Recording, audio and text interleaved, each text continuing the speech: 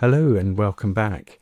In this lesson we're going to look at CSS colors, and I've created this HTML file so that you don't have to watch me typing. We'll walk through it together. I've got rid of the external CSS style sheet and I'm now using internal styling. So I've just set up a font, a default font for all elements. So I've specified it for the body, and any element within the body will inherit these. And essentially it's just a nice big font, so it's crystal clear what color it's being displayed in. So let's start with this paragraph, which at present hasn't got any styling. If I want to add styling, I just put style equals, and then if I want to specify the text color, I type color colon, and immediately Visual Studio Code pops up this list of a whole bunch of colors, each with its own name. These names aren't names that have been chosen by Microsoft, they're standard names, and we can find them on the Mozilla MDM website, which sort of acts as a de facto official documentation for CSS, HTML and JavaScript. So to look up the colors, I just typed named color, and we can see there's a page here, and it contains all of the colors. There's what's called 16 standard colors, but then 150 other colors have keywords associated with them. And interestingly, the 16 are actually in this keyword list as well. So here's blue, for instance, and it has this hash means hex value.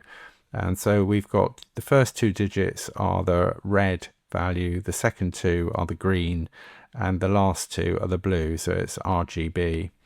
And we can see red and green are completely off and blue is completely on. I've actually drawn this out here. So in decimal, the equivalent is 0, 0, and then 255.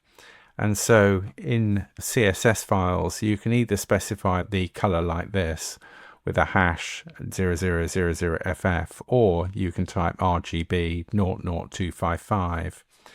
And in this particular case, because the pairs of digits are the same, so there's 2 zeros, then 2 zeros, then 2 Fs, this can actually be condensed to 00F, which means the same thing.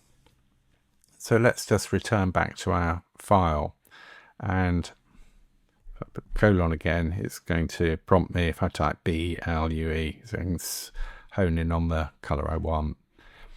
And what I've done is I've expressed this 4 different ways. I've expressed it with the name, with the 6-digit hex value, the 3-digit hex value, and also the RGB. And you can see that over here on the right hand side, all 4 are exactly the same. Now Visual Studio Code does have quite a nice little tool for working with colors. If you move the mouse over the color square, you can see that it'll pop up this dialog box. And for instance, I can convert this to RGB just by clicking over here in the header, and you see it's gone into RGB. And in fact, I can cycle through a whole number of different representations by clicking on the RGB text up here itself. So here's the 6-digit hex, here's hue, saturation and luminosity, and there's a whole bunch of others which are quite technical. I have to confess I've never used most of these. I tend to stick to just RGB and the hex values. So I'll just put this back to blue for now. I thought I'd just show you transparency as well. There's another form which wasn't shown, RGBA, which takes 4 digits, and the first 3 are RGB, and the last one is a transparency value between 0 and 1. So 0 would be completely transparent. Here you can see it's disappeared, and 1 is fully opaque, and then 0.5 is obviously halfway in between. For completeness, I thought I'd show you black is RGB 000, and no surprise, white is RGB 255, 255, 255. And grey is sort of halfway between, so 128, 128, 128. So I've shown grey 3 different ways, with the name, with the RGB, and then again hash 888, and this way of expressing grey is very common, just to repeat the same digit. So just to show you, if I put 111 here, it would be almost black because there's almost no light, and if I put CCC here, that's very, very light, that's very light grey. And where we were before, I think it was 888, which is a sort of medium grey. So this is quite a common way of expressing grey values in CSS. So that's basic colours.